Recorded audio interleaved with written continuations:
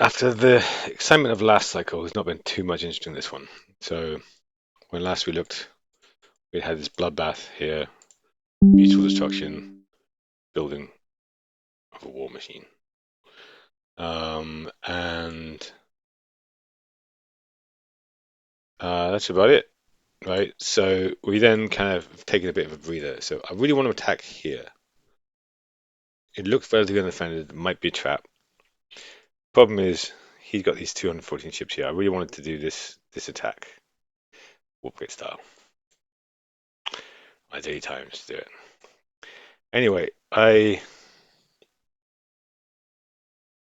painted a little picture for my buddy, Chilombe, who I now know their identity, um, which I'll come back to. And this is what I was trying to basically work out where it is, where we are. So I realizing these are a three. I don't want to fight 2v3. I reached out to favorite artist who I knew was here from earlier chats to see whether I can convince him and whoever is allied with to eat this lot. He informed me that he was about to die eaten by Yukim and Eduardo Gomez. Right, I knew Yukim was here, obviously. Right, I don't know how far he comes across. So I know that Eduardo Gomez is here. Yukim is kind of here. Favorite artist was somewhat here-ish. Okay. The only player I haven't accounted for was this OO character, big-eyed, big eye OO. I presume he's here. From everything I know, that would mean this is a night, with this kind of the typical shape of a galaxy and things being relatively spread out. I don't know exactly how these things are shaped, but it seems likely he's here. Like he's not going to be here. I think if he was here, this would be unlikely. This push up here would be unlikely. Probably means Eduardo Gomez is going to push north. 000 is going to move into them, and then Yukim question mark, right? So on the back of that, I reached out to Yukim, say, all right, we didn't start off well, but like, can we maybe like deal with these three because they're the threat. So I was a careful balance with that to make them sound like the threat, but also make them sound like a defeatable threat if we work together. So it seems to work. He's ended his nap with Draco. I'm feeding him information. I still have a nap with Draco, funnily enough, despite him being part of my enemy's alliance. And the reason I haven't broken it is he has a fair ton of ships here, right? And actually, and growing. I hate the moving graphics in this. You'll notice I've changed my uh, things to be much more Neptune fired like. Um, so you know, there's like 1,500 ships here. I've only got 1,700 total.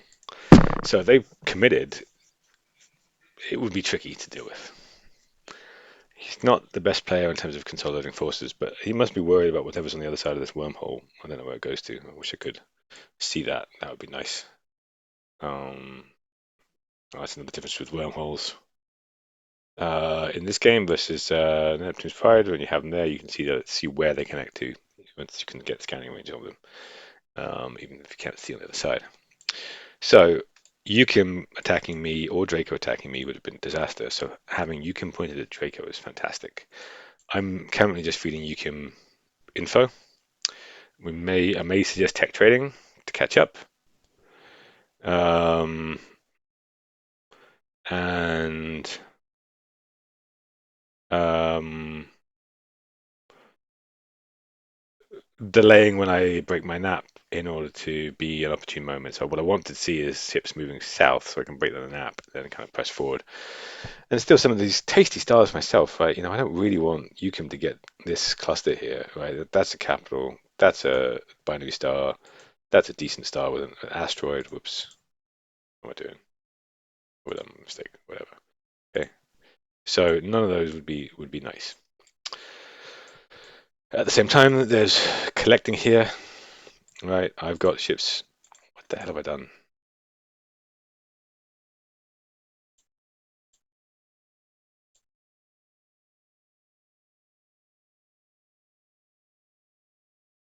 I don't know what the fuck is going on. Anyway, whatever. I've got ships here. There you go.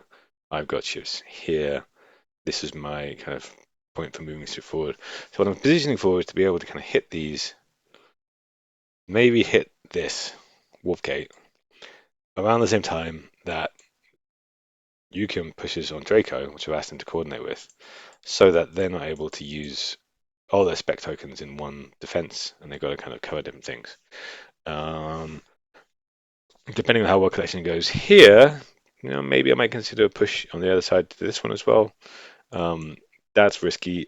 I mostly just want to contain it for now, um, until he's kind of scrambling to this port because, yeah,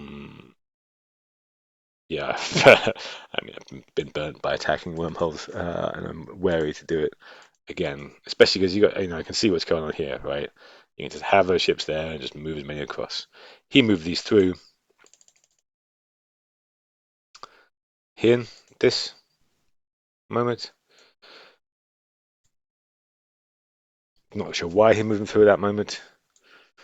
I was expecting him to attack Skull. Skull is now at a dead star because it had a war machine on it. Um, it's not too bad because it doesn't give scanning range. And this is so annoying. I don't know what I've done to get this stupid interface.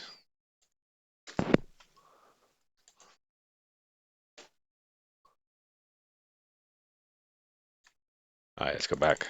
All right.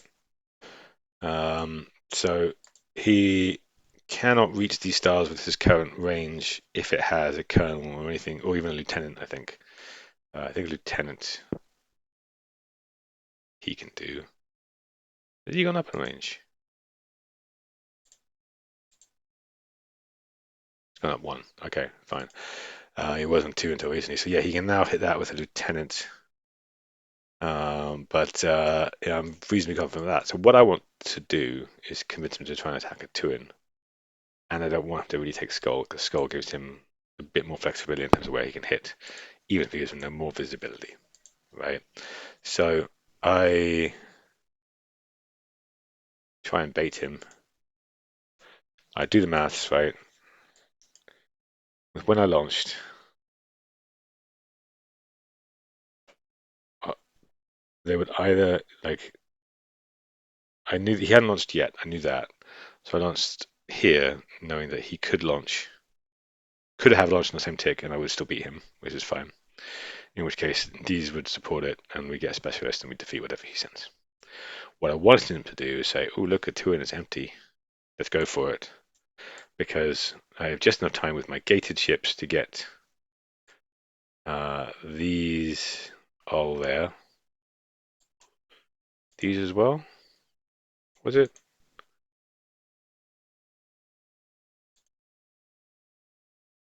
Not these. Well, potentially these, depending on timing. Um, by gating a two in. Um, no, those as well. Yeah, so by gating a two in the right moment. Um, and then even if he counter gated, it'd be able to defend a two in instead. Sadly, he didn't take the bait for whatever reason. So that play is still, we've now got a lot of ships in here. Yes, he can bring more through. This is a well-defended border.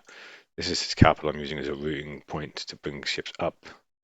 I'm positioning ships here to be able to kind of hit multiple targets here and here when Draco is then otherwise occupied. Depending on the situation here, we may or may not attack as well. Unfortunately, I'm now about half a day behind on weapons and gaining slowly. I didn't pump my science very much because I needed the gate, so this is now gated. So it's been a bit of a reset day or cycle, and been kind of optimizing my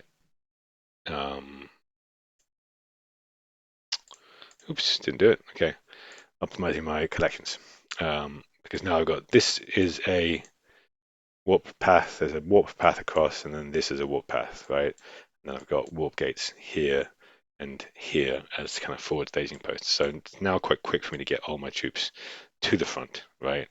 With this front now being more secure, with Yukon coming up, I can just kind of worry about getting things up there. Now, uh, people, I don't think I've ever explained looping before, but I'm using this looping style of collection. It is the most efficient, both in terms of speed and um, number of carriers you got to do a kind of collection. Basically, what you want to end up is having triangles pointing towards where you're going. This Boru one is not ideal, but because this warp gate is so much closer than this, like if this was warp, I'd definitely go that way. But because the warp gate's here, this is ends up being faster, right? And just to show you why it's more efficient, right? If I where do I have a carrier? Right, let's do this one, okay? To compare, if I had this carrier, right? Imagine I was doing the standard like one-to-one collections that you see a lot of the time, right? So that to there, that to there, right? If I did 1, 2, 3, 4, one carrier would take 38 ticks to collect all the ships, right? Fine, if you've got two carriers, you half that sort of, it's got one doing one, but fundamentally that is the total time to collect all ships. One carrier on a loop, 24 ticks, right? So two-thirds of the speed. Now, when you add a second carrier, what you want to do, instead of then moving to having one-to-one, one-to-one, it's still faster than put two carriers on the same looping pattern, right? Now I'm getting a delivery of ships every 12 ticks, and that is all of the ships produced by those two stars every 12 ticks, right? If I was doing it the other way around, I would be getting a delivery of everything from Manda every 9 ticks, and everything from Prado every 11 ticks, right? So each of those are half, and essentially I'm getting more of my ships there faster by using the double loop. Um, sorry, no, I would be sorry, I said a lie. I would be getting half the ships every 22 ticks from Prado, right? Because it's there and back, and half the ships every 18 ticks, right? Whereas I'm getting all the ships every 12 ticks. So much more efficient. Cool.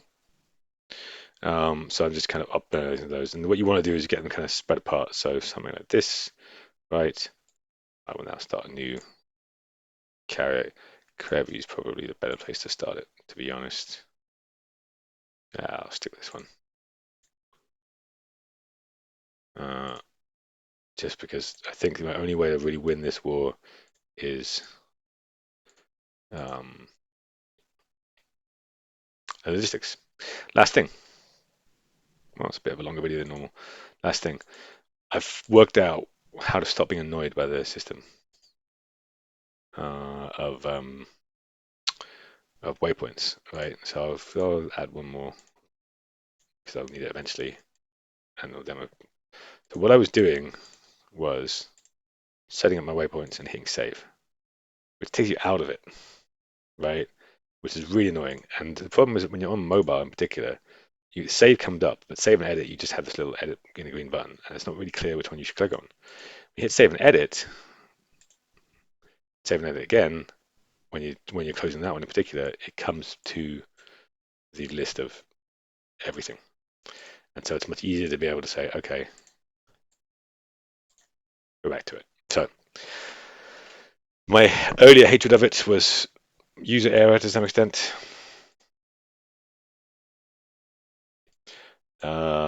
I think the interface is a little unclear that save and edit is the one that you want.